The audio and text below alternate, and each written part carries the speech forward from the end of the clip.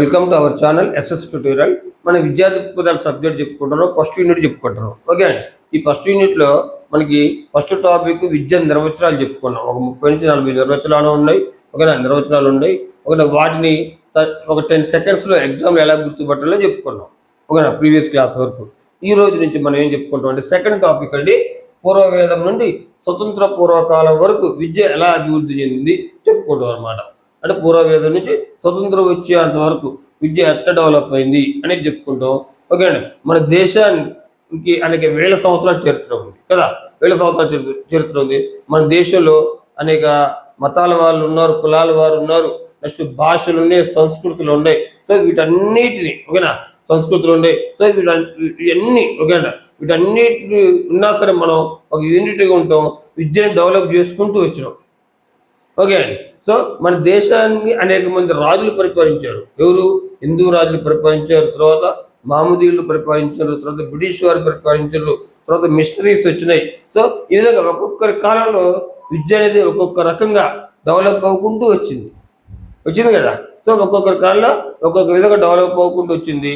So ఎలా వచ్చింది అంటే ఆ కాలంలో విద్య యొక్క లక్షణాలు ఏవి, విద్యా లక్ష్యాలు ఏవి, నెక్స్ట్ బోధనా పద్ధతులు ఏవి, పాఠ్య పుస్తకాలు ఎలా ఉండేవి, బోధన భాష ఏది, ఓకే అండి, గురువుల యొక్క బాధ్యత ఏది, శిష్యుల బాధ్యత ఏది, ఓకేనా, గురువుకి శిష్యులకి మధ్య గల సంబంధం ఎలా ఉండేది, ఓకేనా, నెక్స్ట్ ఆ కాలంలో విద్య యొక్క లోపాలు ఏమేమి ఉన్నాయి.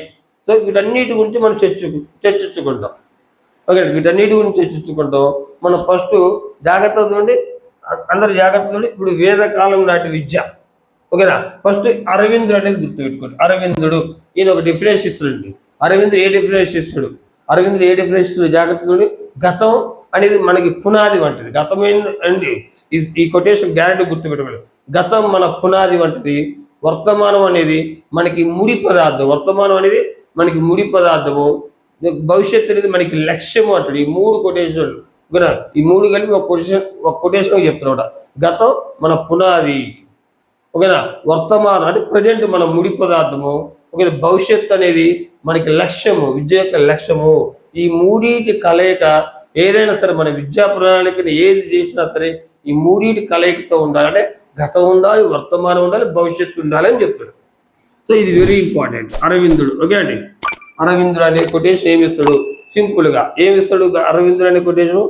గతం మన పునాది వంటిది, వర్తమానం మన ముడి పదార్థము, భవిష్యత్ మన లక్ష్యము. ఈ 3 గ్యారెంటీ గుర్తుపెట్టుకోండి. ఓకేనా. నెక్స్ట్ వన్ వేదకాలం. యాక్చువల్గా పూర్వకాలంలో ఓకేనా విద్య అనేది మతంలో భాగమైంది. ఓకేనా, విద్య అనేది మతంలో భాగమైంది. ఎందుకైంది?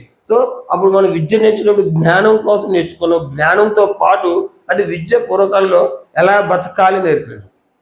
ఓకేనా, ఎలా బ్రతకాలి అంటే వాడికి జీవితంలో ఉపయోగపడే విద్య నేర్పారు. ఆ విద్యతో పాటు ఇంకా ఓకేనా ఆత్మ సాక్షాత్కారం, ఓకేనా, మరణం, దేవుడు ఇలాంటి ఓకేనా. సో అప్పుడు ఏమైంది, మరణం, దేవుడు ఇలాంటి విద్యలో భాగమైనవి. సో ఇలా భాగం కావడం వల్ల సో అప్పుడు విద్య అనేది ఓకేనా 2 రకాలుగా నేర్పించబడ్డది. ఒకటి ధ్యానం కోసం నేర్పించబడ్డది, నెక్స్ట్ మోక్షం కోసం నేర్పించబడ్డది.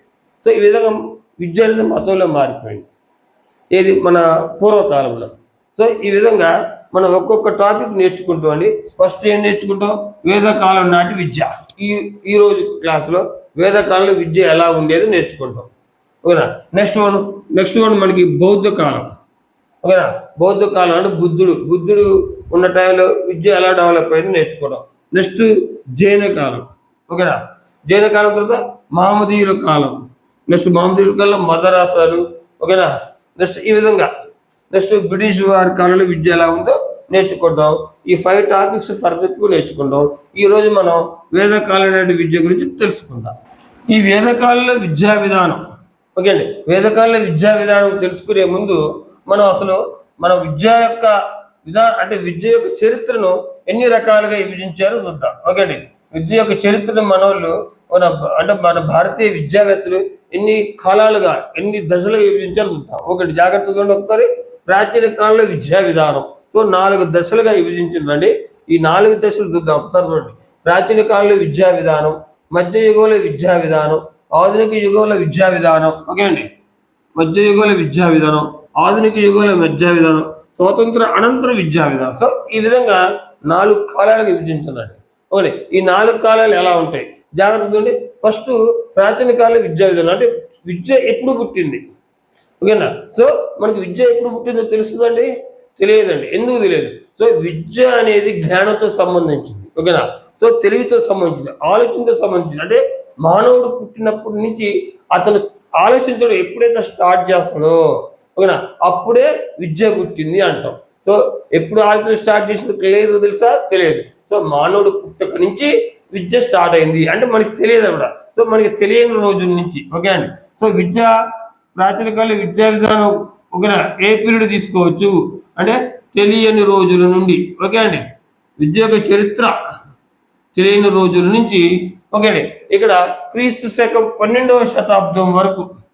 ఎప్పుడండి? 12వ శతాబ్దం వరకు. క్రీస్తు శకం 12వ శతాబ్దం వరకు కూడా కాలంగా మనం డివైడ్ చేసారు. ఓకే, నెక్స్ట్ వన్ మధ్యయుగంలో విద్యా విధానం. మధ్యయుగంలో ఏది అంటే క్రీస్తు శకం 13వ శతాబ్దం నుండి, నోట్స్ రాసుకోండి కావాలంటే. ఓకే అండి, 13వ శతాబ్దం నుండి ఇది 16వ శతాబ్దం వరకు. ఓకే అండి, ఈ మధ్య పీరియడ్ని మనం ఏమంటుండే మధ్యయుగంలో విద్యా విధానం అంటాం అనమాట. ఓకే అండి, నెక్స్ట్ వన్ ఆధునిక యుగంలో విద్యా విధానం. ఇది ఎప్పటి నుంచి? సో నెక్స్ట్ వన్ 17వ శతాబ్దం నుండి 19వ శతాబ్దం వరకు ఉన్న విద్యా విధానంను మనం ఆధునిక యుగంలో విద్యా విధానం అంటాం. నెక్స్ట్ స్వతంత్ర అనంతర విద్యా విధానం అంటే మనకి 20వ శతాబ్దం నుండి ప్రజెంట్గా. ఓకేనా, ప్రజెంట్కి మనకి ఏంది NPE 2020 ఉంది కదండి, నూతన జాతీయ విధానం 2020. ఓకే, ఈ విధంగా 4 రకాలుగా విడగొట్టినమాట మనోళ్ళు. ఓకే, మన యొక్క విద్యా విధానాన్ని 4 కాలాలుగా విభజన చేసారు. ఆ 4 కాలాలు ఏంటంటే ప్రాచీన కాలంలో విద్యా విధానం, మధ్యయుగంలో విద్యా విధానం, ఆధునిక యుగంలో విద్యా విధానం, స్వతంత్ర అనంతర విద్యా విధానం. మీరు జస్ట్ ఒక బ్రీఫ్గా ఆలోచించండి.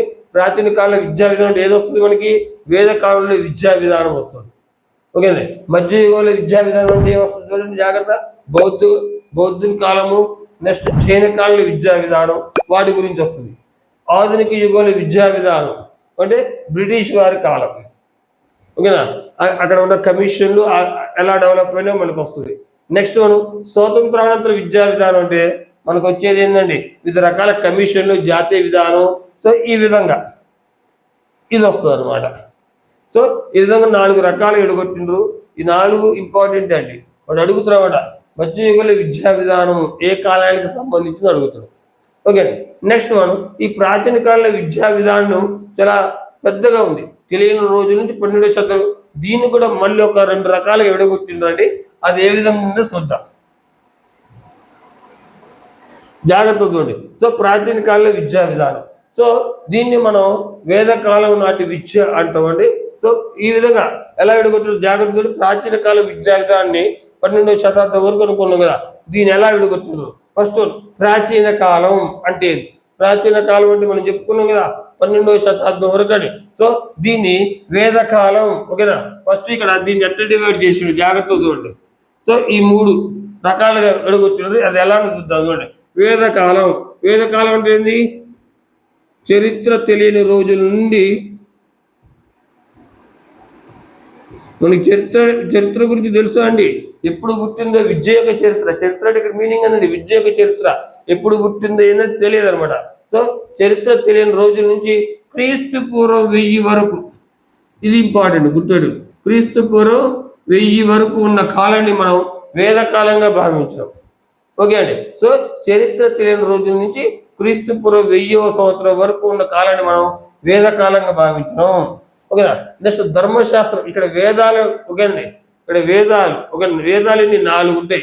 ఆ 4 ఉన్న కాలాన్ని మనం వేదకాలంగా తీసుకున్నాం. నెక్స్ట్ ధర్మశాస్త్ర కాలం. ఓకే అండి, ధర్మశాస్త్ర కాలం అంటే జాగ్రత్త చూడండి. క్రీస్తు పూర్వం 1000 నుంచి క్రీస్తు శకం 500 వరకు ఉన్న కాలాన్ని. ఓకేనా, క్రీస్తు శకం ఇక్కడ వచ్చేసింది చూడండి 1000 నుంచి 500 వరకు. ఓకే అండి, క్రీస్తు శకం 500 ఉన్న కాలాన్ని ధర్మశాస్త్ర కాలంగా విడగొట్టారు. సో ప్రాచీన కాలంలో మనం 3 కాలాన్ని విడగొట్టుకోండి. వేదకాలం, ధర్మశాస్త్ర కాలం, పురాణ కాలం. ఓకే, ఈ వేదకాలంను ఎక్కడి నుంచి ఎక్కడికండి? క్రీస్తు పూర్వం 1000 వరకు ఉన్న కాలాన్ని మనం వేదకాలం విద్యగా డివైడ్ చేసినాం. నెక్స్ట్ క్రీస్తు పూర్వం 1000 నుంచి క్రీస్తు శకం 500 వరకు, ఇది జాగ్రత్త, 500 వరకు ఉన్న కాలాన్ని ధర్మశాస్త్ర కాలంగా, నెక్స్ట్ క్రీస్తు శకం 500 నుంచి ఓకే అండి 800 వరకు ఉన్న కాలాన్ని పురాణ కాలం కాబట్టి పురాణాలు ఉన్నాయి కదండి. ఓకేనా, ఈ 800 వరకు ఉన్న కాలాన్ని మనం పురాణ కాలంగా భావించడం. అయితే కొన్ని టెక్స్ట్ బుక్లో 1200 ఉంటుందండి, జాగ్రత్త ఇది. ఓకే అండి, సో కొన్ని టెక్స్ట్ బుక్లో 1200 ఉంటుంది. ఓకే, అయితే మనం ఈ వేదకాలాన్ని మళ్ళీ ఈ విధంగా చూడండి జాగ్రత్త. వేదాలు ఓకే అండి, వేదాలు 4 అనుకున్నాం. ఈ వేదకాలం చివరిలో మనకి ఉపనిషత్తులు వచ్చినాయి. ఓకే, ఉపనిషత్తులు మొత్తం ఎన్ని ఉంటాయండి? 1180 ఉంటాయి ఉపనిషత్తులు. సో ఉపనిషత్తులు ఎన్ని ఉంటాయి? 1180 ఉంటుంది. ఇందులో నేను 108 ఉపనిషత్తులు ముఖ్యమైనవి అంటారు. ఓకే, ఉపనిషత్తులు అంటే ముఖ్య ఆత్మ, పరమాత్మ, జీవాత్మ, మోక్షం. సో ఎన్ని ఉపనిషత్తులు అండి. సో మనకి ఎన్ని ఉపనిషత్తులు. ఓకేనా, ఇందులో 108 ముఖ్యమైనవి ఉంటాయి అన్నమాట ఉపనిషత్తులు. ఓకేనా, సో ఈ ఉపనిషత్తులు మనం వేదాంతాలు అంటాం. వేదం యొక్క అంతము అంటే వేదాలు 4, ఈ 4ట్లో ఓకేనా వాటి అంతాలు అంటే చివరిలో వేదకాలం చివరిలో రాసినవి ఉపనిషత్తులు. ఓకేనా, ఈ మొత్తం 1180 ఉంటాయి. ఓకేనండి, 1180 ఉంటాయి. సో ఇందులో 108 ముఖ్యమైనవిగా భావిస్తారు. ఓకేనా, సో మనకి తొలి వేద కాలం అంటారు దీన్ని. సో వేదకాలం ప్లస్ ఉపనిషత్తుల కాలం, ఈ రెండింటిని కలిపి మనం తొలి వేద కాలం అంటాం. సో ఎమ్మటే మనకు తొలి వేద కాలంలో మనకు గుర్తు రావాలి, ఈ టైం గుర్తు రావాలి. ఏది? చరిత్ర తెలియని రోజుల నుంచి ఎక్కడ దాకండి? క్రీస్తు పూర్వం 1000 వరకు ఉన్న కాలాన్ని ఏమంటాం అండి? తొలి వేద కాలం అంటాం. ఓకే అండి, నెక్స్ట్ వన్ ఈ 2 చూడండి జాగ్రత్తగా. ఈ 2 చూడండి జాగ్రత్తగా. ఈ 2 ధర్మశాస్త్ర కాలం, పురాణ కాలం. ఈ రెండింటిని కలిపి మనం అంటే క్రీస్తు పూర్వం 1000 నుంచి క్రీస్తు శకం 800 వరకు, క్రీస్తు పూర్వం 1000 నుంచి క్రీస్తు శకం 800 వరకు ఉన్న కాలాన్ని మనం ఓకేనండి బలివేద కాలం లేదా ఉత్తర వేద కాలంగా భావిస్తాం అనమాట. సింపుల్ అనమాట. ఓకేనా, సో ఈ విధంగా మళ్ళీ ఒక్కసారి జస్ట్ 1 నిమిషం చూద్దాం, కన్ఫ్యూజ్ కాబట్టి. ఎందుకు వాడు అడుగుతుడు కాలాలు, మన కాలాలు అడిగితే ఇక్కడ కన్ఫ్యూజ్ అవుతారండి. ఓకే, మళ్ళీ ఒకసారి సింపుల్గా చూద్దాం. చూడండి ఒకసారి, ఇది ఇంపార్టెంట్, సింపుల్ అన్నమాట. మనం భారతదేశ చరిత్ర లాగానే మన విద్యా కాలాన్ని 4 రకాలు విడగొట్టుకున్నాం, విభజించిన కాలాల్ని. అదేది? ప్రాచీన కాలంలో విద్య, మధ్యయుగంలో విద్యా విధానం, ఆధునిక యుగంలో విద్యా విధానం, స్వతంత్ర అనంతరం విద్యా విధానం. ప్రాచీన కాల విద్యా విధానం అంటే తెలియని రోజుల నుంచి 12వ శతాబ్దం వరకు. మధ్యయుగంలో విద్యా విధానం అంటే 13వ శతాబ్దం నుంచి 16వ శతాబ్దం వరకు. సో ఆధునిక యుగంలో విద్యా విధానం అంటే 17వ శతాబ్దం నుంచి 19వ శతాబ్దం వరకు. ఓకే, స్వతంత్ర అనంతర విద్యా విధానం అంటే మనకి 20వ శతాబ్దం నుంచి ప్రజెంట్గా జాతీయ విధానం, నూతన జాతీయ విద్యా విధానం, నూతన జాతీయ విద్యా విధానం 2020 వరకు ఉన్న కాలం. ఓకేనా, నెక్స్ట్ ఈ ప్రాచీన కాల విద్యా విధానాన్ని మనం 3 భాగాలుగా విడగొడుతున్నాం. ఓకేనా, 3 భాగాలుగా విడగొట్టినాం. అదేందో చూద్దాం ఏ విధంగా. ఓకేనా, వేదకాలం, ధర్మశాస్త్ర కాలం, పురాణ కాలం. జాగ్రత్త గుర్తుపెట్టుకోండి, ఇది ఇందులోంచి గ్యారెంటీ బిట్ ఇవ్వచ్చు. ఓకే అండి, ఏ కాలాలు బిట్ ఇవ్వచ్చు. వేదకాలం అంటే ఏంది? చరిత్ర తెలియని రోజుల నుంచి క్రీస్తు పూర్వం 1000 వరకు ఉన్న కాలాన్ని వేదకాలం అంటారు. ఈ వేదకాలానికి మనకి ఓకేనా ఉపనిషత్తుల కాలం 2 కలిపితే వేదకాలం ప్లస్ ఉపనిషత్తుల కాలం రెండింటిని కలిపి మనం తొలి వేదకాలం అని అంటాం అనమాట. జాగ్రత్త ఉండి, తొలి వేదకాలం అంటే తెలియని చరిత్ర నుంచి క్రీస్తు పూర్వం 1000 వరకు ఉన్న కాలం అంటే క్రీస్తు పూర్వం 1000 వరకు అంతే, 0 to క్రీస్తు పూర్వం 1000 వరకు ఉన్న కాలాన్ని మనం తొలి వేద కాలం అంటామన్నమాట. ఓకేనా, ఇక్కడ ఏముంటే తొలి వేద కాలంలో వేదాలు ఉంటాయి, ఉపనిషత్తులు ఉంటాయి. క్లియర్ కదా. నెక్స్ట్ ధర్మశాస్త్ర కాలం, పురాణ కాలం. ఈ ధర్మశాస్త్ర కాలం అంటే ఏంటండి? క్రీస్తు పూర్వం 1000 నుంచి 500 వరకు. క్రీస్తు శకం, ఇది గుర్తుపెట్టుకోండి, క్రీస్తు శకం 500 మధ్య ఉన్న కాలాన్ని ధర్మశాస్త్రం అంటే మధ్య ఉన్న విద్యా విధానాన్ని ధర్మశాస్త్ర కాలంగా భావిస్తాము.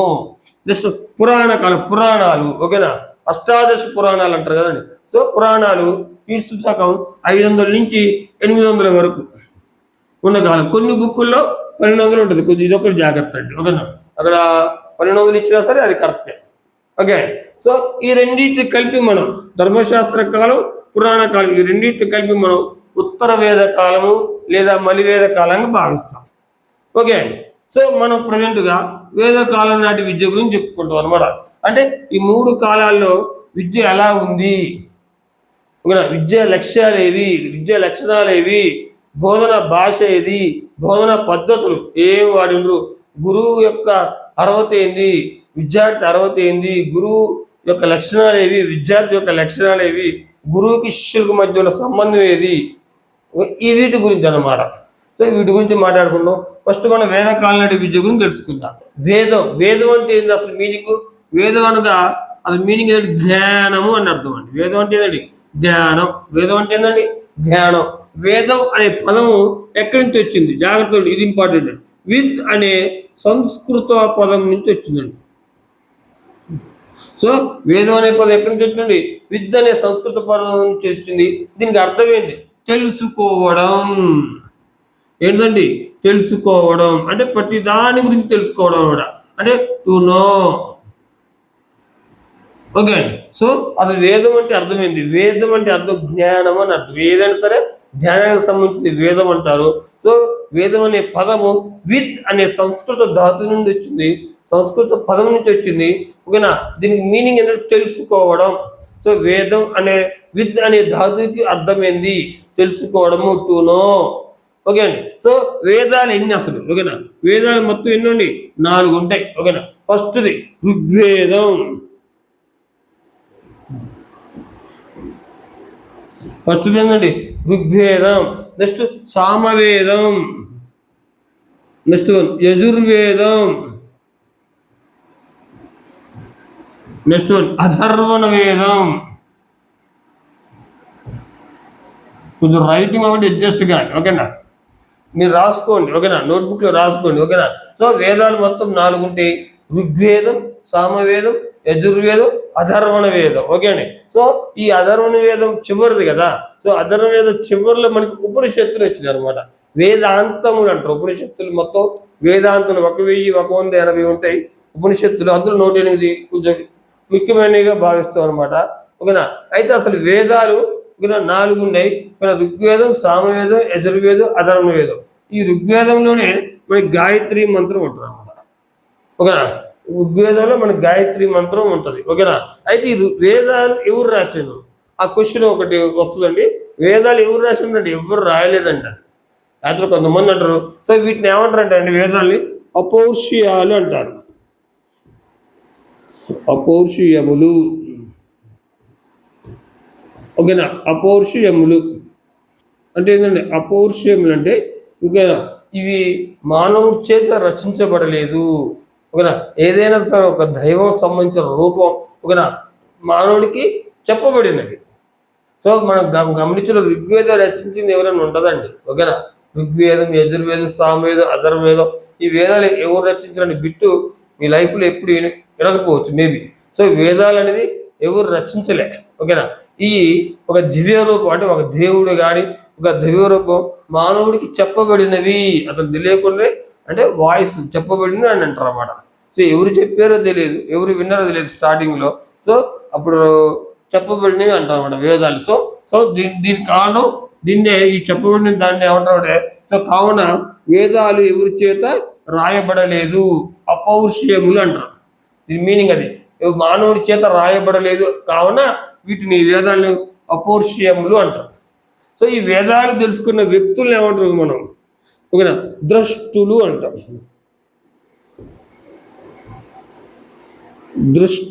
ద్రష్టులు ఏదైనా సరే పదం అండి, ఓకేనా.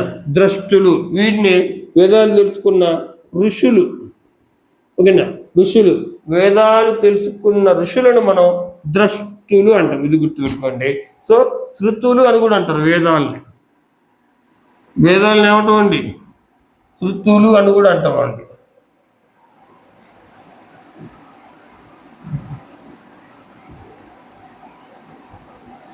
శృతులు ఇంకొక పదం, ఇదొక పదం ఇంపార్టెంట్. ఓకే అండి. సో వేదాలని మనం శృతులు అని కూడా అంటాం. ఓకేనండి, శృతులు అని అంటాం. వేదాలు మారుతాయండి? వేదాలు అంటే చేంజ్ చేస్తాం, చేంజ్ చేయరు. మీరు గమనించినట్టు మన భారత రాజ్యాంగం చేంజ్ చేస్తూ ఉన్నాం, కానీ వేదాలను చేంజ్ చేస్తాం, చేంజ్ చేయం. ఓకే అండి, ఎందుకంటే అవి మార్చలేనివి అనమాట. సో ఎవరు మానవుడు రాయలేదు, ఒక దివ్య రూపం లేదా దేవుడు చెప్పబడినవి కనుక వీటి అపౌష్యములు అంటారు. ఓకేనా. సో వేదాల గురించి తెలుసుకున్న ఋషులను వీళ్ళు తెలుసుకున్నాడు, వేదాల గురించి తెలుసుకున్న ఋషులను ద్రష్టులు అంటారు. బ్రాహ్మణులు ఎక్కువగా వేదాలు తెలుస్తుంది. ఓకేనా. సో ద్రష్టి, బ్రాహ్మణ గురువుని ద్రష్టి అంటారు అనమాట. సో ద్రష్టులు అంటాం. వేదాలను శృతులు అని కూడా అంటారు. వేదాలు ఏమంటామండి? శృతులు అని కూడా అంటారు. ఓకేనా. సో ఈ విధంగా జస్ట్ చిన్నదనమాట.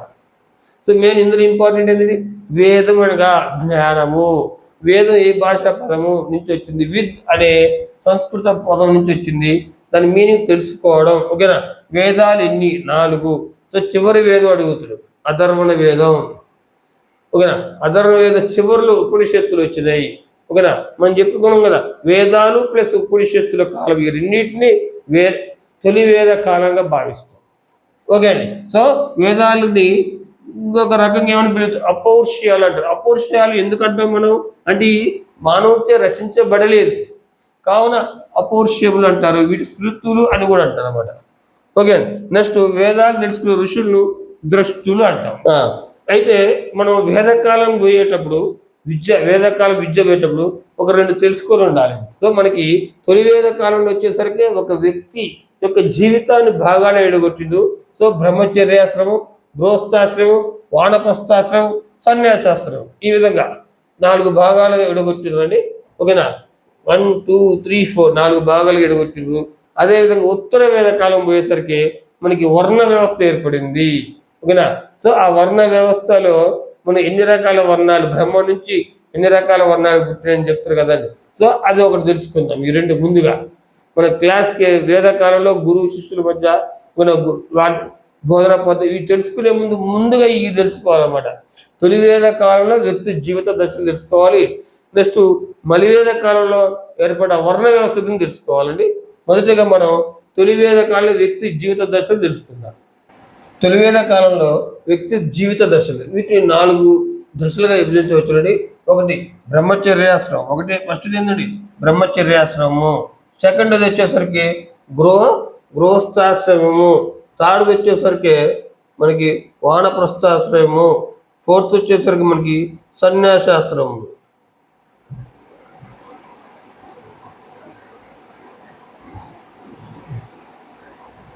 జాగ్రత్త చూడండి, బ్రహ్మచర్యాశ్రమం. ఓకేనా.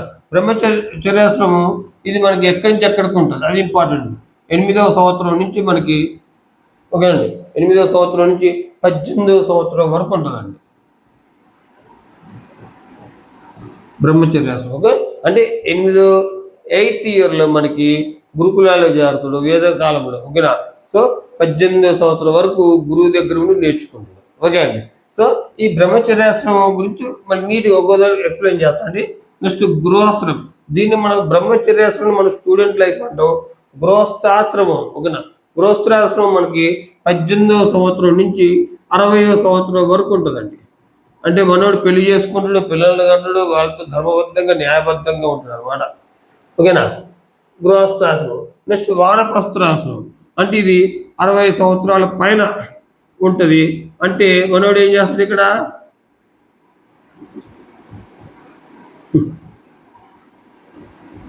60 సంవత్సరాల పైన, ఓకేనండి, 60 సంవత్సరాలకి ఎప్పుడైనా సరే, ఓకేనా, సన్యాసాశ్రమాలకు మారవచ్చు. ఇది కరెక్ట్గా ఇయర్ ఇవ్వలేదండి. ఓకేనా. సో మనకి మెయిన్ బ్రహ్మచర్యాశ్రమం 8 నుంచి 18 సంవత్సరాల వరకు ఉంటుంది. 8వ సంవత్సరంలో మనం గురువు దగ్గర చేస్తామట. దీన్ని స్టూడెంట్ లైఫ్ అంటాం. నెక్స్ట్ గృహస్థాశ్రమం, దీన్ని మ్యారీడ్ లైఫ్ అంటారు. పెళ్లి చేసుకుంటాడు, పెళ్లి చేసుకుని భార్య పిల్లలతో అన్యోన్యంగా నెక్స్ట్ ధర్మబద్ధంగా, ఓకేనా, జీవిస్తారు అనమాట. ఓకే. నెక్స్ట్ వానప్రస్థాశ్రమం రిటైర్డ్ లైఫ్ అంటే ఇక్కడ వానప్రస్థం సన్యాసులు ఈ రెండు డిఫరెంట్ అండి. ఓకే అండి. ఈ వానప్రస్థం అంటే గృహస్థాశ్రమం నుండి వానప్రస్థాశ్రమంలో వెళ్తాడు అనమాట. అంటే భార్యని పిల్లల్ని వదిలివేసి ఓకేనా మనం అడవుల్లోకి వెళ్ళి ప్రశాంతమైన జీవితం గడుపుతాడు. ఓకేనా దీన్ని వానప్రస్థాశ్రమం 60 సంవత్సరాల తర్వాత చేసే పని కార్యక్రమం. ఓకే అండి. నెక్స్ట్ సన్యాసాశ్రమం, దీన్ని సెయింట్ లైఫ్ అంటారు. సన్యాసిగా మారుతారండి. ఓకేనా సన్యాసిగా మారడం అంటే ధర్మ ప్రచారం కోసం కానీ సమాజ సేవ కోసం కానీ పెళ్ళి ఏముండవు, పెళ్ళి పెటాకులు అంటే దాని కొడుకులు కూతుర్లు ఏముండవు అండి. ఒకటి సన్యాసిగా మారుతాడు, సమాజం కోసం బతుకుతాడు. ఓకే అండి సింపుల్ అనమాట. అంటే సమాజం కోసం బతుకుతాడు, అది గుర్తుపెట్టుకుని ఒక్కొక్కటి కొంచెం లైట్ బ్రీఫ్ చెప్పుకున్నాం చూడండి జాగ్రత్తగా. ఫస్ట్ది బ్రహ్మచర్యాశ్రమం అంటే స్టూడెంట్ లైఫ్. ఇక్కడ స్టూడెంట్ లైఫ్ ఎప్పటి నుంచి స్టార్ట్ అవుతుందండి? 8వ సంవత్సరం నుంచి స్టార్ట్ అయింది. ఎప్పుడు దాకా ఉంటుంది? 18వ సంవత్సరం వరకు ఉంటుందండి. ఓకే అండి 18వ సంవత్సరం వరకు ఉంటుంది. అయితే స్టూడెంట్ లైఫ్ మనకి ఉపనయనం అంటే మనం చెప్పుకుంటామండి. ఓకే అండి తర్వాత చెప్పుకుంటే విద్యార్థి అనే టాపిక్లో చెప్పుకుంటాం. ఉపనయన కార్యక్రమం స్టార్ట్ అయిన తర్వాత ఓకేనా అంటే అక్షరాభ్యాసం మన భాషలో. ఓకే అండి అక్షరాభ్యాసం స్టార్ట్ అయిన గురువు దగ్గర వదిలేసి వెళ్ళిపోతున్నారు అన్నమాట తల్లిదండ్రులు. ఓకే అండి సో బ్రహ్మచర్యాసనం అంటే గురువు దగ్గరే ఉండాలి, భిక్షాటన చేయాలి, భిక్షాటన చేసి గురువుకు పెట్టాలి, మనోడు తినాలి. సో అనేక కఠిన నియమాలు ఉంటాయి అప్పట్లో. ఓకేనా బ్రహ్మచర్యం పాటించాలి. ఓకేనా సత్ప్రవర్తన కలిగి ఉండాలి, క్రమశిక్షణతో ఉండాలి, కామ క్రోధ లోభాలకు అతీతుడుగా ఉండాలి. కామం కానీ ఓకేనా ధనం మీద ఆశ కానీ కామ కోరికలు కానీ సో ఇటువంటివి ఉండకూడదండి. నియమ నిబంధనలు చాలా ఉంటాయి కఠినంగా, ఒక కఠినమైన జీవన విధానం ఉంటుంది. ఓకే అండి సో ఈయన లాస్ట్కి విద్య నేర్చుకున్న తర్వాత అప్పుడు విద్య అంటే వేదాల గురించి చెప్పుకోవడం శ్లోకాలు. ఓకేనా విద్య నేర్చుకున్న తర్వాత లాస్ట్కి మనోడు గురు దక్షిణ ఇస్తాడు. గురు దక్షిణ ఇచ్చిన తర్వాత గురువు గారు జాగ్రత్తగా ఉండయా ఓకేనా ఎప్పుడు సత్యాన్ని పలుకు, నీ కర్తవ్యం నిర్వర్తించని చెప్పి ఆశీర్వదించి ఆయన పంపేస్తాడు. ఏది మ్యారేజ్ చేసుకొని ఓకేనా అప్పుడు గృహస్థాశ్రమంలోకి పంపుతాడు అనమాట. ఇక్కడ మ్యారేజ్కి కూడా గురువు పర్మిషన్, గురువు అనుమతితో వస్తుంది అనమాట. ఓకేనా సో దీన్ని బ్రహ్మచర్యాశ్రమం అంటారు. ఓకేనా ఇక్కడ మెయిన్ ఇంపార్టెంట్ ఏంటంటే బ్రహ్మచర్యాశ్రమం స్టూడెంట్ లైఫ్ పీరియడ్ అడుగుతాడు. 8 నుంచి 8 సంవత్సరం నుంచి 18వ సంవత్సరం వరకు ఉన్న కాలాన్ని బ్రహ్మచర్యాశ్రమం అంటారు. నెక్స్ట్ వన్ వచ్చేసరికి గృహస్థాశ్రమం. సో మనోడు గురువు పర్మిషన్ తీసుకుంటాడు కదా, పెళ్లి చేసుకుంటా అంటే గురువు గారు కూడా ఆశీర్వదిస్తాడు. సినిమాలో ఉంటుంది కదా అల్లు అర్జున్ సినిమాలో ప్రకాష్ రాజు పర్మిషన్ తీసుకుంటారు కదా గురువు పర్మిషన్, ఆ విధంగా అనమాట. గురువు పర్మిషన్ గురు దక్షిణకి ఇచ్చి విద్య నేర్చుకుని గురు దక్షిణకి ఇచ్చి గురువు పర్మిషన్ తీసుకొని మ్యారేజ్ చేసుకుంటాడు. మ్యారేజ్ చేసుకొని ఎప్పుడు చేసుకుంటాడు? 18వ సంవత్సరం చేసుకుంటాడు. 60వ సంవత్సరం వరకు ఓకేనా భార్యతో పిల్లలతో అన్యోన్యంగా ఓకేనా కుటుంబ విషయాలు కానీ సమాజంలో కొన్ని కార్యక్రమాల్లో పాల్గొనడం కానీ ఈ విధంగా ధర్మబద్ధంగా బతుకుతుంటాడు. ఓకేనా సో దీన్నే మనం గృహస్థాశ్రమం అంటారు లేదా మ్యారీడ్ లైఫ్ అంటారు. ఓకే అండి సో ఇక్కడ మెయిన్ ఏంటంటే కుటుంబం భార్య పిల్లలతో ధర్మబద్ధంగా ఓకేనా ఒకళ్ళ ఆస్తి జోలికి పోకుండా ఒకళ్ళ ఆస్తితో ఓకేనా ధర్మబద్ధంగా బతకాలన్నమాట. అది నేర్చుకునే విద్యకి ఎప్పుడు ఓకేనా అది నేర్చుకునే విద్యను బట్టి ధర్మబద్ధంగా బతకాలి. దీన్ని మ్యారీడ్ లైఫ్ అంటారు. 60 years వరకు బతుకుతాడు. ఓకే అండి సో ఈ 60 years తర్వాత మనకి ఇంకా ఆధ్యాత్మిక చింతన ఎక్కువై ఓకేనా ఇంకా ఎక్కువై ఓకేనా ఏం చేయాలనుకున్నప్పుడు వానప్రస్థాశ్రమంలో ఎంటర్ అవుతాడు. వానప్రస్థాశ్రమం అంటే ఇక్కడ మనోడు రిటైర్డ్ లైఫ్ అంటారు అన్నమాట. అంటే అడవిలోకి వెళ్తాడు, ప్రశాంతమైన వాతావరణం చూసుకుంటాడు. ఓకేనా అక్కడ మోక్షం సాధించడానికి కానీ ధ్యానం కానీ ఏదో ఒకటి ప్రశాంతంగా వెళ్ళి అక్కడ సింగిల్గా బతకడం. ఓకేనా దీనే వానప్రస్థాశ్రమం అంటారు లేదా రిటైర్డ్ లైఫ్ అంటారు. అంటే ఇది ఎప్పుడు 60 సంవత్సరాల పైన అంటే ఫర్ ఎగ్జాంపుల్ మన అరుంధతి సినిమా ఉంది. అరుంధతి సినిమాలో అనుష్క ఏం చేస్తుంది? ఇక్కడ భర్తని పిల్లల్ని వదిలేసి ఆ విలన్ని చంపడానికి పోవద్దు, కానీ ఇక్కడ అనుష్క చచ్చిపోవద్దు. ఓకేనా చచ్చిపోవద్దు అండి. ఓకేనా అంటే ఆమె కూడా సమాజ శ్రేయస్సు కోసమే పోద్ది. తన యొక్క రాజ్యం ఓకేనా తన రాజ్యం ఒక ఇబ్బంది పడుతుందని చెప్పి వాడిని చంపడానికి ఆయుధంగా మారా కనుక అక్కడ జరిగింది. ఓకే, అది సేమ్ అనమాట. భర్త పిల్లల్ని అరుంధతిలో జేజమ్మ ఎలా వదిలేసిపోద్దో ఇక్కడ కూడా అనమాట. వానప్రస్థాశ్రమం అంటే రిటైర్డ్ లైఫ్. ఓకేనా, రిటైర్డ్ లైఫ్ అనమాట. అంటే గృహస్థాశ్రమం నుంచి ఇందులోకి వస్తాడు, వానప్రస్థాశ్రమంలోకి వస్తాడు. ఓకేనా, అడవిలో ఒక నా ఫ్యామిలీని, సమాజాన్ని రెండింటిని వదిలేస్తాడు. ఇక ఓకేనా, అడవిలోకి వెళ్ళి ప్రశాంతమైన జీవితాన్ని గడుపుతుంటాడు, విశ్రాంతి తీసుకుంటాడు. ఓకేనా, అక్కడ గురువుగా మారొచ్చు, లేదా మెడిటేషన్ చేయొచ్చు మోక్షం కోసం. ఓకేనా, మన ఋషులు ఉంటారు కదండి, అది ఋషులు అన్నమాట. క్లియర్గా అర్థమైంది కదా. ఓకే, అంటే ఇక్కడ మెయిన్ ఏంటంటే ఇంద్రియ నిగ్రహం సాధించడం కోసం. ఏదండి ఇది ఇంపార్టెంట్ అండి, జాగ్రత్త అండి. ఇంద్రియ నిగ్రహం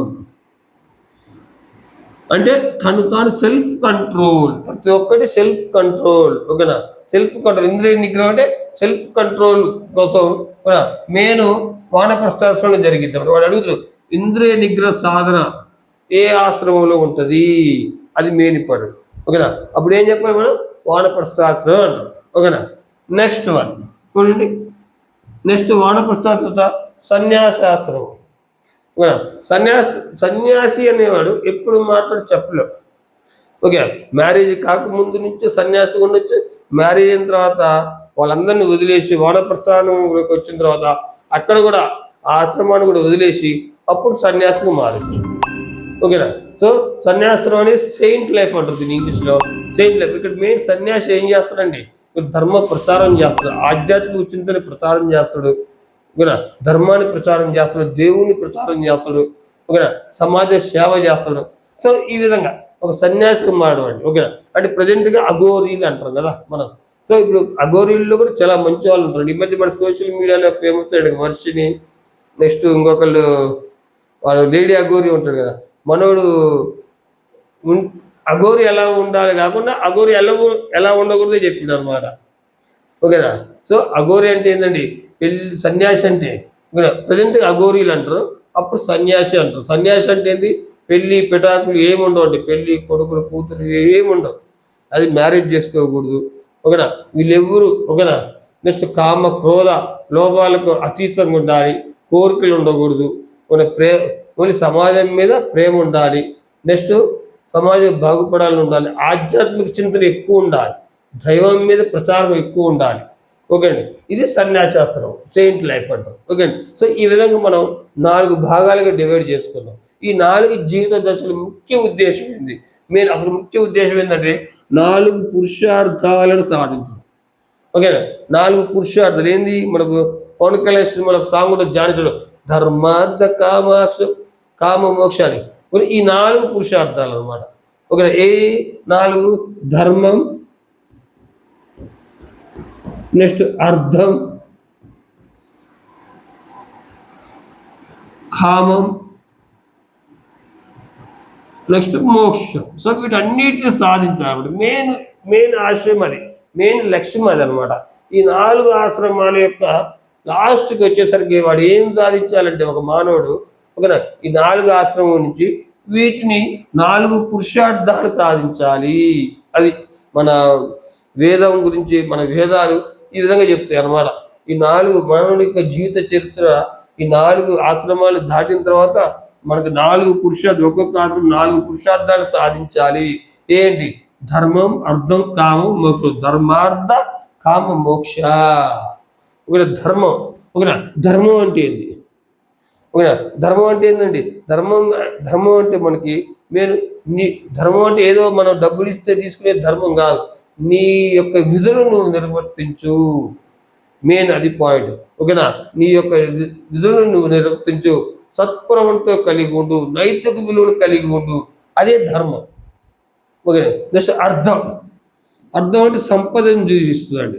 మన అర్థం అంటే సంపదను సూచిస్తుంది. ఇది ఫస్ట్ విధులను, ధర్మం అనేది విధులను సూచిస్తుంది. అంటే నీ విధులను నువ్వు నిర్వర్తించు, సత్ప్రవంతో కలిగి ఉండు, ఇతరులను ఇబ్బంది పెట్టవద్దు. ఓకేనా, నైతిక విలువ కలిగి ఉండు, పెద్దవాళ్ళు గౌరవించు. ఈ విధంగా మొత్తం కొన్ని ధర్మం గురించి తెలియజేస్తుంది. ధర్మం అంటే అది. ఇక్కడ అర్థం అంటే అర్థం అంటే సంపద, అంటే నీ సంపద నువ్వు అనుభవించు, పరుల సంపదని దోచుకోవద్దు, ఇది మీనింగ్ అర్థం అంటే సంపద. ఓకేనా, సో ఎవరెవరు వేరే వేరే వాళ్ళ సంపద మీద ఆశపడవద్దు. ఓకేనా. నెక్స్ట్ కామం. కామం అంటే తెలుసు మీకు అందరికీ. ఓకేనా. అందరికీ కోరికలు కామం అంటే ఇక్కడ.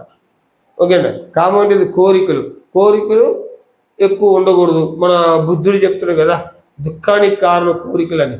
సో జాగ్రత్తగా మన కోరికలు అదుపులో పెట్టుకో. సో ఇక్కడ మనం ఈ 4 ప్రస్తావనలో మెయిన్ కోరికలు అదుపులో పెట్టుకుంటారు కదా. వాళ్ళకి ఎటువంటి ఆశ ఉండదు. ధనం కావాలని కోరిక ఉండదు. నెక్స్ట్ మ్యారేజ్ కావాలని కోరిక ఉండదు. నెక్స్ట్ అట్రాక్షన్ ఉండదు. ఓకేనా. సో ఈ విధంగా అనమాట. నెక్స్ట్ మోక్షం. మోక్షం అంటే ఏంది ఇక్కడ? జీవిత చక్రం నుంచి ఆధ్యాత్మిక చింతన వైపు మారడం. ఆధ్యాత్మిక చింతన వైపు మారడం అనమాట. ఇక్కడ మెయిన్ మోక్షం అంటే ఇంకొక మీనింగ్ కూడా ఉంటుందండి. ఏముంది? మనకి రెండో జన్మ వద్దనుకుంటాం, అంటే పునర్జన్మ వద్దనుకుంటాం కదా. మళ్ళీ ఈ జన్మలో ఈ విధంగా ఉన్నాం చాలు. రెండో జన్మ యాక్చువల్గా కొన్ని శాస్త్రాలు ఏం చెప్తుంటే, రెండో జన్మ ఇప్పుడు ఎక్కువ పాపాలు కానీ ఇది చేస్తే ఈ జన్మలో రెండో జన్మగా పుడతాం అంటారు. యాక్చువల్ రెండో జన్మ వద్దనుకుంటారు అన్నమాట సన్యాసులు. ఈ జన్మ చాలు దేవుడికి అంకితం అనుకుంటారు అన్నమాట. సో ఇదన్నమాట మెయిన్. సో మానవుని యొక్క జీవిత దశలు. ఓకే అండి. జీవిత దశల గురించి. సో మొత్తం ఎన్ని జీవిత దశలు? 4 ఉంటాయి. మొత్తం ఎన్ని ఉంటాయండి? 4 ఉంటాయి. ఆ 4 ఏంది? బ్రహ్మచర్యాశ్రమం, గృహస్థాశ్రమం, వానప్రస్థాశ్రమం, సన్యాసాశ్రమం. బ్రహ్మచర్యాశ్రమం అంటే ఏంది? 8 సంవత్సరం నుంచి 18 సంవత్సరం వరకు. గృహస్థాశ్రమం అంటే 18 నుంచి 60 సంవత్సరం వరకు. వానప్రస్థాశ్రమం అంటే 60 సంవత్సరాల పైన. సన్యాసాశ్రమం అంటే వాడు పెళ్లి కాకముందు మారచ్చు, పెళ్ళైన తర్వాత మారచ్చు, ఎప్పుడైనా మారచ్చు. ఇది క్లియర్ అంటూ ఉండదు అనమాట. బ్రహ్మచర్యాశ్రమంలో 8వ సంవత్సరం దగ్గర గురువు కాడి చేస్తాడు, విద్య నేర్చుకుంటాడు, ఉపనయన కార్యక్రమం అంటారు దాన్ని. నేను చెప్తానండి తర్వాత. 18వ సంవత్సరం సమావర్తనం అనే కార్యక్రమం ఉంటుంది. అంటే గురువు గారిని విడిచి వెళ్ళేటప్పుడు గురువు గారు అనుమతితో పెళ్లి చేసుకొని, ఓకేనా, ఎందులో ప్రవేశిస్తుడు? గృహస్థాశ్రమంలో ప్రవేశిస్తుడు. గురువుకి గురుదక్షిణ ఇచ్చి మ్యారేజ్ చేసుకుని గృహస్థుడు జాతడు. ఈ గృహస్థాశ్రమంలో ఓకేనా భార్య పిల్లలు ఒక ధర్మబద్ధంగా వారితో మెలిగి 20 సంవత్సరాల తర్వాత మనోడు ఒక అడవిలోకి వెళ్ళి ప్రశాంతమైన వాతావరణంలో వానప్రస్థాశ్రమంలోకి ఎంటర్ అవుతాడు. ఇక్కడ ఏం చేస్తాడు? ఇక్కడ వానప్రస్థాశ్రమంలో మెయిన్ ఏంది? ఇక్కడ ఇంద్రియ నిగ్రహం సాధిస్తాడు. మెయిన్ ఏందండి? ఇంద్రియ నిగ్రహం. ఓకేనా. ఇంద్రియ నిగ్రహం సాధిస్తాడు. ఇంద్రియాలను తన అదుపులో పెట్టుకోవడం దాని మీనింగ్. ఇక్కడ బిట్ ఇస్తారన్నమాట. ఇందులో మెయిన్ ఇంపార్టెంట్ బిట్టు అదొక ఇయర్ కానీ లేదా ఇంద్రియ నిగ్రహం సాధించడం ఏ ఆశ్రమం యొక్క నియమం అంటున్నారు. ఓకే, అది గుర్తుపెట్టుకో. వానప్రస్థాశ్రమం అది మెయిన్ పాయింట్. నెక్స్ట్ సన్యాసాశ్రమం. ఓకేనా. సన్యాసాశ్రమం అంటే చెప్పిన కదా, పెళ్ళి కాకముందు మారచ్చు, పెళ్ళైన తర్వాత మారచ్చు, కానీ ధర్మం కోసం మారాలి. ఓకేనా. దేవుని ప్రచారం కోసం మారాలి. మెయిన్ అదనమాట. యాక్చువల్ సన్యాసి అంటేనే మ్యారేజ్ కాకముందు అండి. ఇంకా ఇందులో డిస్కషన్ వేస్ట్. ఓకేనా. సన్యాసి అంటే వాడికి పెళ్ళి ఉండదు, కొడుకులు ఉండదు, ఎవరు ఉండదు, వాడిని సన్యాసి అంటారు.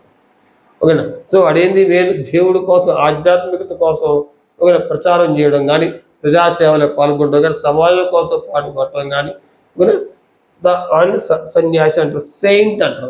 Saint life. ఓకే అండి. నెక్స్ట్ వన్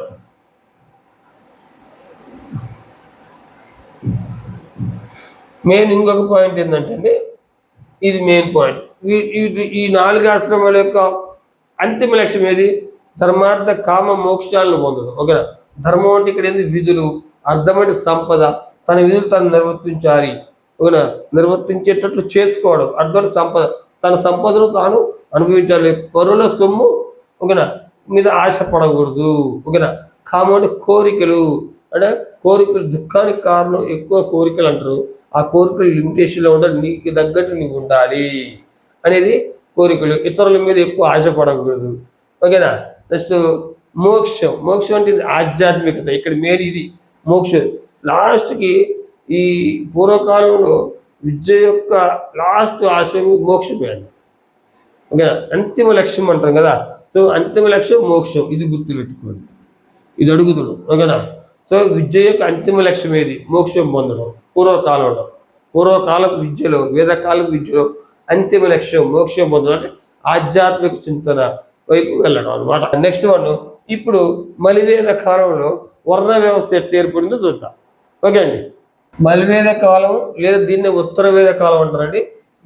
ఇప్పుడు ఈ టైంలో వర్ణ వ్యవస్థ ఏర్పడింది. వర్ణ వ్యవస్థ ఎలా ఏర్పడ్డది? ఓకేనా, వర్ణ వ్యవస్థ అంటే ఏంటండి, ఎలా ఏర్పడదు అంటే ఫస్ట్ అనేక రకమైన వృత్తులు చేసేవాళ్ళు. ఓకేనా, ఈ వృత్తులు అంటే మనకి ఇప్పుడు ప్రజెంట్గా ఉన్న కమ్మరి, కుమ్మరి, ఓకేనా, నెక్స్ట్ మంగలి, ఈ విధంగా వాళ్ళ వృత్తులు వాళ్ళు చేసేవాళ్ళు. ఆ వృత్తులు వారిని ఒక డివైడ్ చేయడం స్టార్ట్ చేసినారు. ఈ వృత్తులు మొట్టమొదటిగా వర్ణాలు లేవు, కులాలు లేవు, మతాలు లేవు. ఈ తర్వాత మనం క్రియేట్ చేసుకునే కులమైన మతమైన ఏదైనా సరే. ఓకేనా, సో ఈ కులాలు ఎలా వచ్చినాయి? వృత్తుల ఆధారంగా వచ్చినాయి, వర్ణాల ఆధారంగా వచ్చినాయి. ఓకేనా, సో అయితే మనువు అనే ఓకేనా శాస్త్రవేత్త అండి. ఓకేనా, ఈయన మనువు మనుస్మృతి అనే గ్రంథాన్ని రచించాడు. ఈయన విద్యావేత్త. ఓకేనండి, మనువు మనుస్మృతి అనే గ్రంథం రచించాడు. ఆ గ్రంథంలో వర్ణాలు ఎలా ఏర్పడి చెప్పాడు. ఓకేనా, ఆ వర్ణాలు మొత్తం 4 ఉంటాయి. ఒకటి బ్రాహ్మణులు, క్షత్రియులు, వైశ్యులు, శూద్రులు. ఇవి ఎప్పుడు ఏర్పడ్డాయి? ఉత్తర వేద కాలం లేదా మలివేద కాలంలో ఏర్పడ్డాయి అని చెప్తుంది అన్నమాట ఆయన. ఓకేనా, మన వెంకటేష్ సినిమా ఉంది, ఐడియా ఉందో మీకు? లేదో, జయం మణిధర సినిమాలో చెప్తాడు. ఓకేనా, సో బ్రహ్మ తల నుంచి ఓకేనా బ్రాహ్మణులు, ఓకేనా, నెక్స్ట్ బ్రహ్మ యొక్క తల నుంచి బ్రాహ్మణులు ఎలా, ఈయన గ్రంథం ప్రకారం చెప్తాం ఏనండి. సో మనుస్మృతి అనే గ్రంథం ప్రకారం బ్రాహ్మణులు ఎలా వచ్చారు? బ్రహ్మ యొక్క తల భాగం నుంచి వచ్చినారు అని చెప్తారు. నెక్స్ట్ క్షత్రియులు ఎలా వచ్చినారు? బ్రహ్మ యొక్క భుజాల నుండి వచ్చినారు, భుజ భాగం. వైశ్యులు బ్రహ్మ యొక్క తొడ భాగం నుంచి వచ్చినారు. శూద్రులు బ్రహ్మ యొక్క పాదాల నుంచి, పాద భాగం నుంచి వచ్చారని చెప్తున్నారు అన్నమాట. ఓకేనా, సో ఈ బ్రాహ్మణులు ఏం చేసేవాళ్ళు? ఓకేనా, బ్రాహ్మణులు ఏం చేస్తాడు? వేదాలను వర్ణించేవారు, వేదాలు చెప్పేవారు. ఓకేనా, అంటే బ్రాహ్మణులు అంటే ఇక్కడ పురోహితులు. ఓకేనా, పురోహితులు.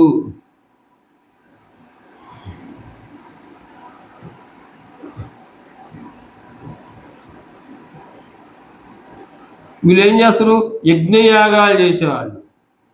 యజ్ఞయాగాలు, పెళ్ళిళ్ళు, ఓకేనా, కర్మలు, ఇవన్నమాట. యజ్ఞయాగాలు, నెక్స్ట్ కర్మలు. వీళ్ళకి ఏం తెలుసు అంటే కర్మల గురించి, బ్రహ్మ జ్ఞానం, ఓకేనా, కర్మ జ్ఞానం. సో వీటి మొత్తం వీళ్ళకి కొంత అవగాహన ఉంటుంది అనమాట. అంటే దేవుళ్ళ మీద జ్ఞానం ఉంటుంది. నెక్స్ట్ కర్మలు ఎలా చేయాలి, యజ్ఞ యాగాలు ఎలా చేయాలి. సో అప్పట్లో రాజులు వీళ్ళని ఎక్కువ నమ్మేవాళ్ళు, బ్రాహ్మణుల్ని. ఎవరు నమ్మేది కాదు, బ్రాహ్మణులు ఎక్కువ నమ్మేవాళ్ళు. వాళ్ళు ఏదైనా పలానా యజ్ఞం చేయాలంటే రాజులు యజ్ఞాలు చేసేవారు. ఓకేనా, సో ఈ విధంగా బ్రాహ్మణులు తల నుంచి పుట్టిండని చెప్పి మన మనుస్మృతి గ్రంథం ద్వారా తెలుస్తుంది అనమాట. నెక్స్ట్ క్షత్రియుడు అంటే భుజం నుండి పుట్టిండు. భుజం అంటే ఏంటండి? పరాక్రముడు. ఓకేనా, వీళ్ళకి ఏమి నేర్పేవాళ్ళు? ఓకేనా, క్షత్రియుడికి ఏమి నేర్పాడు? మెయిన్ రాజనీతి శాస్త్రం. ఆ టైంలో రాజనీతి శాస్త్రం అంటే రాజనీతి. ఓకేనా, రాజులు ఎలా ఉండాలి. ఓకేనా, నెక్స్ట్ విద్యను నేర్పేవాళ్ళు. నెక్స్ట్ ధర్మశాస్త్రం గురించి నేర్పేవాళ్ళండి. ధర్మశాస్త్రం అంటే ధర్మబద్ధంగా ఎలా పరిపాలించాలి, ధర్మబద్ధంగా ఎలా ఇవ్వాలి. ఓకేనా, ఒక తీర్పు వచ్చిన కోర్టుకి అది ధర్మబద్ధంగా ఉండాలి. ఓకేనా, దేశ రక్షణ గురించి నేర్పేవాళ్ళు. ఇంకా దేశ రక్షణ. సో ఈ విధంగా వీళ్ళకి నేర్పే విద్య అనమాట. ఓకేనా, వైశ్యులు తొడభాగం నుంచి వచ్చిండ్రని చెప్పుకున్నాం కదా మనుస్మృతి ప్రకారం. వీళ్ళు మొట్టమొదటిగా వ్యాపారం చేసేవాళ్ళండి. అంటే వాణిజ్యం లేదా వ్యాపారం. వీళ్ళకి ఏం నేర్పేవాళ్ళు? వ్యాపారం చేయడం గణితం రావాలి కండి, గణితం నేర్పేవాళ్ళు. నెక్స్ట్ భూగోళ శాస్త్రం నేర్పేవాళ్ళు, భూగోళ శాస్త్రం. నెక్స్ట్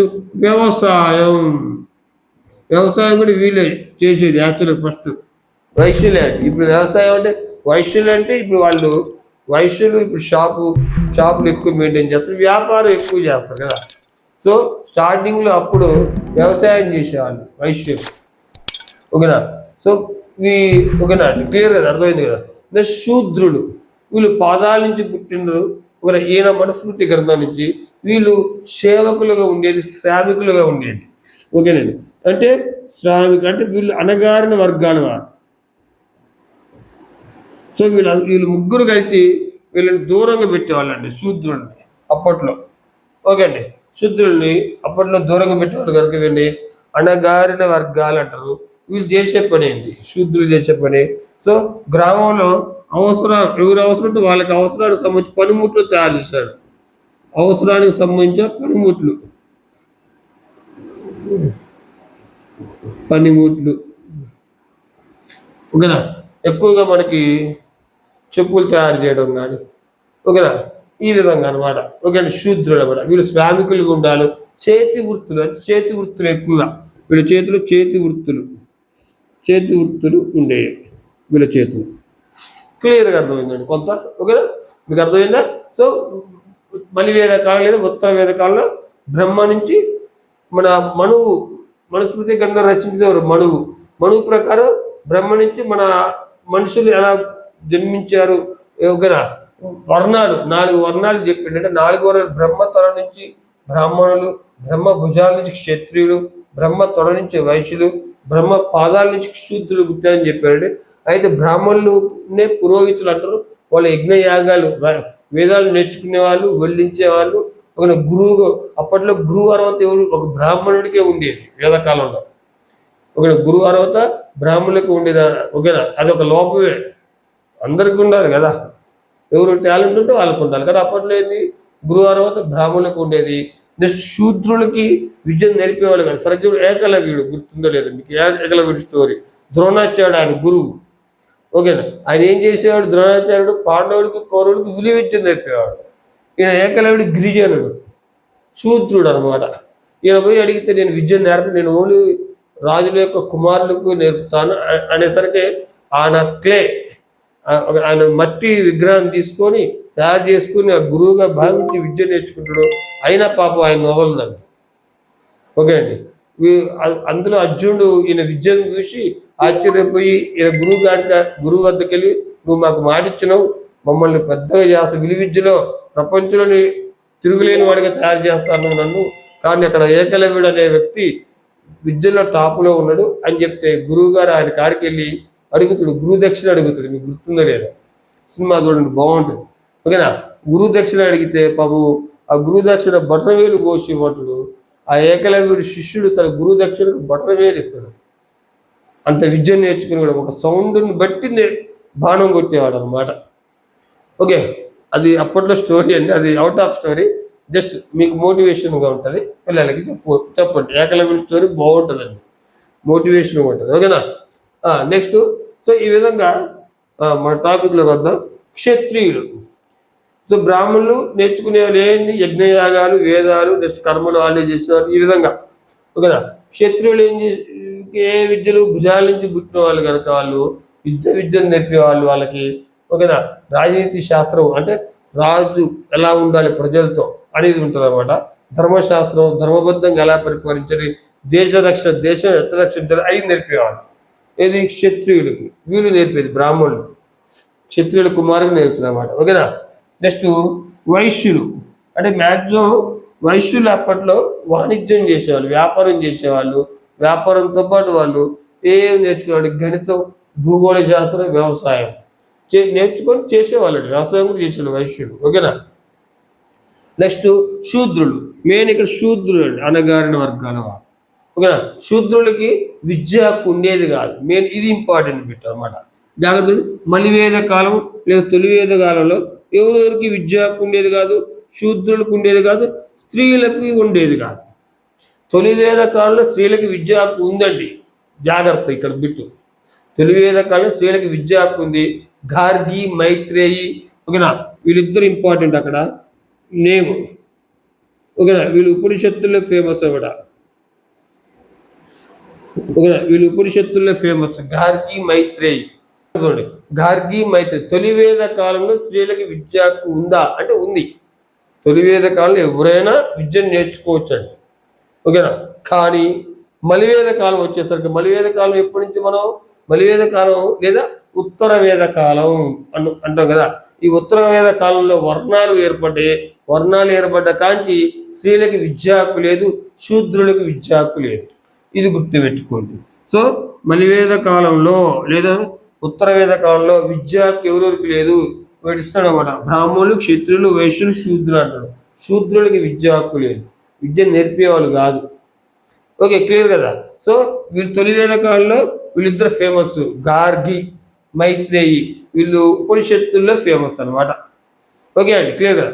అయితే ఇంకొక పాయింట్ అండి ఇక్కడ, పిఎల్ రావత్ ఈయన 1976లో ఒక కొటేషన్ ఇస్తారు అన్నమాట, వర్ణాల గురించి ఇస్తున్నాడు. ఓకేనా, యాక్చువల్గా వర్ణాల విభజన అనేది ఓకేనా మొదట్లో అంత పట్టించుకోలేదండి, పట్టింపు ఏదో చేస్తుండ్రు, ఇప్పుడు మనకి ఏదో చేస్తుండ్రు అన్నట్టుగా వదిలేసారు. తర్వాత ఈ వర్ణాల విభజన లాస్ట్గా ఏమైంది, కులాలుగా మారినాయి. అంతేకాండి, కులాలుగా మారినాయి లేదా, వర్ణాల విభజన తర్వాత కుండరి, మంగలి, చాకలి ఏదో కులాలుగా మారినాయి అనమాట. అదే కొటేషన్ ఈయన ఇచ్చిండు, పిఎల్ రావత్. గుర్తుపెట్టుకుంటే ఎవరు ఇచ్చిండ్రు కొటేషన్ అంటారు, పిఎల్ రావత్ 1976లో ఇచ్చిండు అనమాట. ఏం కొటేషన్ ఇచ్చిండు ఈయన, వర్ణాల విభజన అనేది మొదట్లో పట్టింపులు లేవు, రాను రాను సాంప్రదాయకంగా మారింది అంటాడు. ఓకేనా, రాను రాను సాంప్రదాయకంగా మారింది అంటాడు. సో ఇది ఒకటి గుర్తుపెట్టుకోండి. సో పిఎల్ రావత్ అనేది గుర్తుపెట్టుకో. ఓకే, మెయిన్ ఇది వేదకాలం, ఉత్తర వేదకాలం వర్ణ వ్యవస్థ గురించి మెయిన్ ఇంపార్టెంట్ బిట్లు ఏంది ఇక్కడ. ఎవరి కాలంలో ఉత్తర వేదకాలం ఎవరికి విద్య హక్కు లేదు, శూద్రులకు లేదు, స్త్రీలకు లేదు. ఓకేనా, ఇది కార్కి మైత్రి ఏ కాలం వాళ్ళు, వీళ్ళు తొలివేద కాలం. ఓకేనా, అంటే ఉపనిషత్తులు అంటే తొలివేద కాలంలో చివరి టైంలో ఉన్నోళ్ళు ఉపనిషత్తులు. వేదాలు తర్వాత వచ్చిన ఉపనిషత్తులు, వేదాంతములు అంటారు వాటిని, గుర్తుందా చెప్పిన ఇందాక, వేదాంతులు అంటారు. గార్గి, మైత్రేయి వీళ్ళు ఉపనిషత్తులే ఫేమస్ అనమాట. సో తొలివేద కాలం స్త్రీలకు విద్య హక్కు ఉంది, వర్ణాలు ఏర్పడలేదు, అందరూ చదువుకునేవాళ్ళు తొలివేద కాలంలో. ఎప్పుడైతే మనకి వర్ణాలు వచ్చినాయో మరి వేదకాలం, ఉత్తర వేదకాలం అప్పుడు స్టార్ట్ అయింది కులాల. ఓకేనా, వద్దులేండి. ఓకేనా, కులాల గురించి. ఓకేనా, సో కులాలు కాస్త ఈ విధంగా మారిపోయినాయి. ఓకేనా, అప్పుడు వర్ణ వ్యవస్థ ఏర్పడ్డది. అంటే చేతి వృత్తుల నుంచి ఒక్కొక్కరు ఒక్కొక్క పని చేసేవాళ్ళు, ఆ పనులు కాస్త డివైడ్ అయినాయండి అంతే. అవి కాస్త కులాలైనవి. ఓకేనా, అవి కాస్త ఈ విధంగా వర్ణాలైనవి. ఓకేనా, బ్రాహ్మణులు, క్షత్రులు, వైశ్యులు, శూద్రులు అయింది అన్నమాట. ఓకేనా, సో శూద్రులకి మనకి విద్యా హక్కు ఉండేది కాదు, స్త్రీలకు కూడా విద్యా హక్కు ఉండేది కాదు అప్పట్లో. నెక్స్ట్ చూద్దాం చూడండి. ఇప్పుడు అసలు సినిమా స్టార్ట్ అయింది, విద్య లక్షణం, విద్య లక్ష్యాలు. ఓకేనా, బోధనా పద్ధతులు వేదకాల్లో ఇప్పటి నుంచి అనమాట. ఇప్పుడు దాకా జస్ట్ మన ఇంట్రడక్షన్ అండి. ఓకేనా, ఇప్పుడు చూద్దాం చూడండి.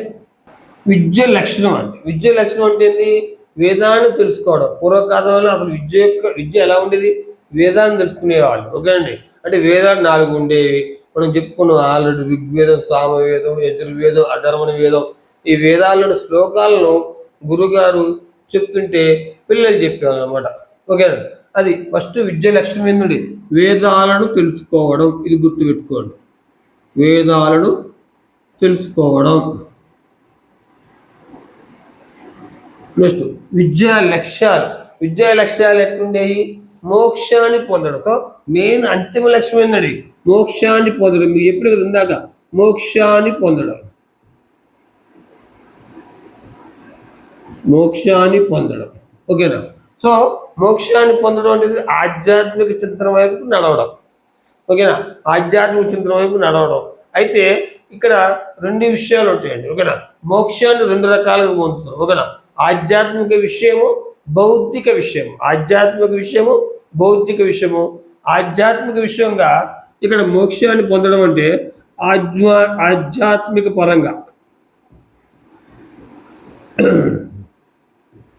సో ఇక్కడ మోక్షాన్ని పొందడం, ఆధ్యాత్మిక పరంగా మోక్షాన్ని పొందడం, కోరికలు లేని స్థితిని పొందడం. ఓకేనా, అంటే కోరికలు లేని స్థితిని పొందడం. ఓకే అండి, ఆధ్యాత్మిక పరంగా. బౌద్ధిక పరంగా సంపన్నతను పొందడం, బౌద్ధిక పరంగా. ఇది ఇంపార్టెంట్. బౌద్ధిక పరంగా విద్య యొక్క లక్ష్యం మోక్షాన్ని పొందడం అంటే సంపన్నత అంటారు అన్నమాట. గుర్తుపెట్టుకోండి, సంపన్నత అంటే ఇక్కడ సంపన్నత అంటే దీని మీనింగ్ ఏంటంటే సంపద అని వస్తుందండి. సంపద, ఐశ్వర్యం. ఓకేనా, అంటే ఇక్కడ వాడు బతకడానికి కూడా కావాలి కొంత సంపద.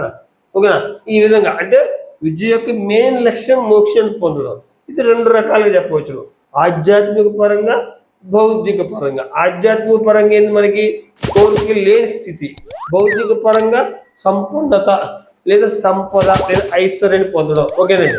ఇంకొన్ని లక్ష్యాలు ఉన్నాయి, అది చెప్పుకుందాం చూడండి జాగ్రత్తగా. ఇంకొన్ని లక్ష్యాలు. ఫస్ట్ సత్ప్రవర్తన. ఫస్ట్ ఏంటండి? సత్ప్రవర్తన పొందడం. ఇది కూడా విద్య యొక్క లక్షణమే కదా. అంటే ఎవరితో ఎలా మెలగాలి, అది సత్ప్రవర్తన. నెక్స్ట్ పౌరసత్వ లక్షణాలు పొందడం. ఒక పౌరునిగా నువ్వు ఎలా ఉండాలి, అవి నేర్పడం. విద్య మెయిన్ లక్ష్యాలండి. అంటే విద్య నేర్చుకోవడం వల్ల మనకి కలిగే లక్ష్యాలు. ఓకేనా? సో మెయిన్ ఏంటండి? ఫస్ట్ది మోక్షాన్ని పొందడం, రెండోది సత్ప్రవర్తన, మూడోది పౌరసత్వ లక్షణాలు. ఓకే, నాలుగోది సామాజిక విలువలు పెంపొందించడం. ఏడుది నాలుగోది సామాజిక విలువలను పెంపొందించడం. ఓకేనా? నెక్స్ట్ ఐదోది ఆధ్యాత్మిక విలువలను పెంపొందించడం.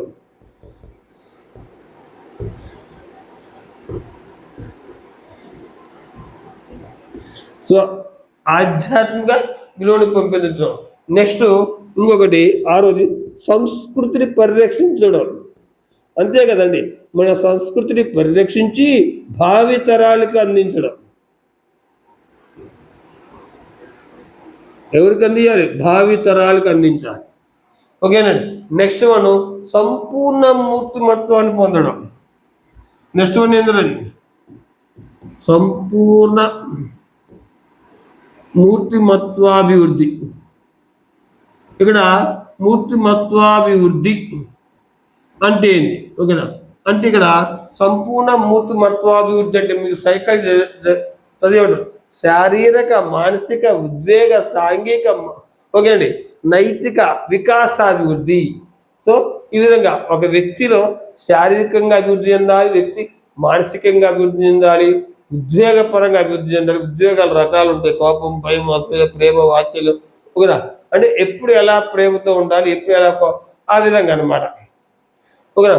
ఉద్వేగంగా ఎలా అభివృద్ధి చెందాలి, నెక్స్ట్ మనం నైతికంగా ఎలా అభివృద్ధి చెందాలి, నెక్స్ట్ సాంఘిక పరంగా సంఘంలో ఎలా ఉండాలి, ఇప్పుడంటే నేర్పేది మొత్తం ఒక మనిషిని ఇలా తయారు చేసేది సంపూర్ణ మూర్తిమత్వాభివృద్ధి అంటారు. ఓకేనా? నెక్స్ట్ మనం మంచి శీల సంపద,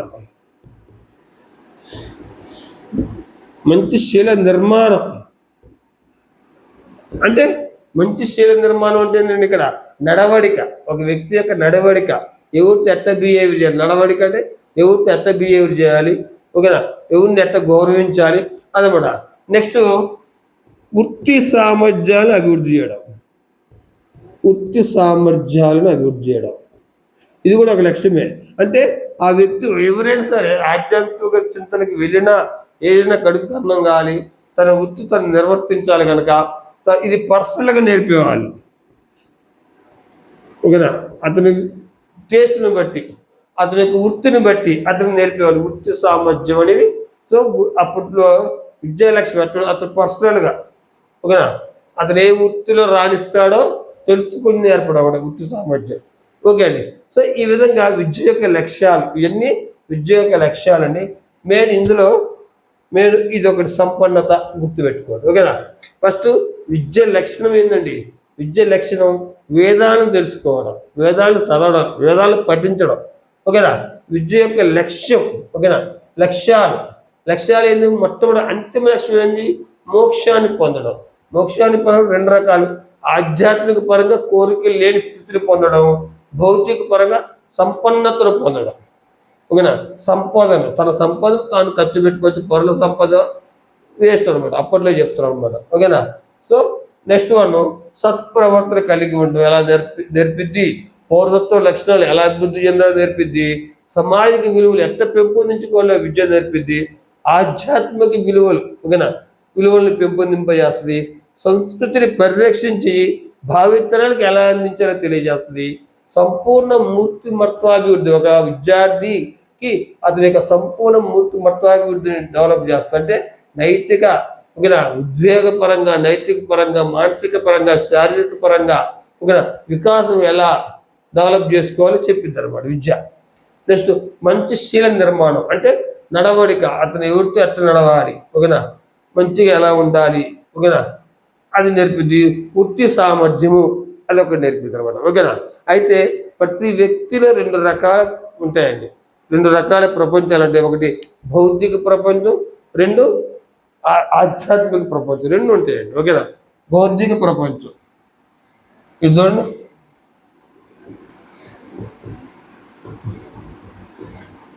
రెండు ఆధ్యాత్మిక ప్రపంచం. భౌతిక ప్రపంచం, ఆధ్యాత్మిక ప్రపంచం. భౌతిక ప్రపంచం అంటే ఏంటి? ఓకేనా? భౌతిక ప్రపంచం అంటే మన శరీరము కదా, మన శరీరము. ఆధ్యాత్మిక ప్రపంచం అంటే ఆత్మ. అంతేగాని సో భౌతిక ప్రపంచం అంటే ఇది, ఆధ్యాత్మిక ప్రపంచం అంటే ఆత్మ. ఈ రెండింటిని ఏకాగ్రతతో అధ్యయనం చేయడం అప్పుడు మెయిన్ విద్యా లక్ష్యం ఉండేది అనమాట. సో శరీరం మన బాడీ గురించి విద్య నేర్పిద్ది. ఓకేనా? ఎలా ఉండాలి ఏంటది. నెక్స్ట్ ఆధ్యాత్మిక వైపు కూడా విద్య నేర్పిద్ది. సో ఏకాగ్రత ఎలా నేర్చుకునేదే మెయిన్ విద్యా లక్ష్యంగా ఉంటుంది అనమాట. ఓకేనా? క్లియర్గా అర్థమైంది కానీ అయితే ఈ విద్య ఇలా ఉండకుండా ఏమైందంటే మన హిందుత్వం ప్రకారం జననాల మీద మరణాల మీద అధ్యయనం చేయడం స్టార్ట్ చేసిన అనమాట. ఓకేనా? సో అన్వేషణ చేయడం స్టార్ట్ చేసిండ్రు. అప్పట్లో అది కూడా విద్య యొక్క పరమావధిగా ఉండేది అనమాట. జననం తర్వాత ఏం జరిగింది మనం తెలుసుకోవాలి, జననం ముందు, తర్వాత మరణం తర్వాత ఏం జరిగిద్ది. సో ఈ విధంగా అన్వేషణ చేయడం స్టార్ట్ చేసింది. ఓకే అండి? సో అది కూడా విద్యలో భాగమే. ఓకే, క్లియర్ కదా?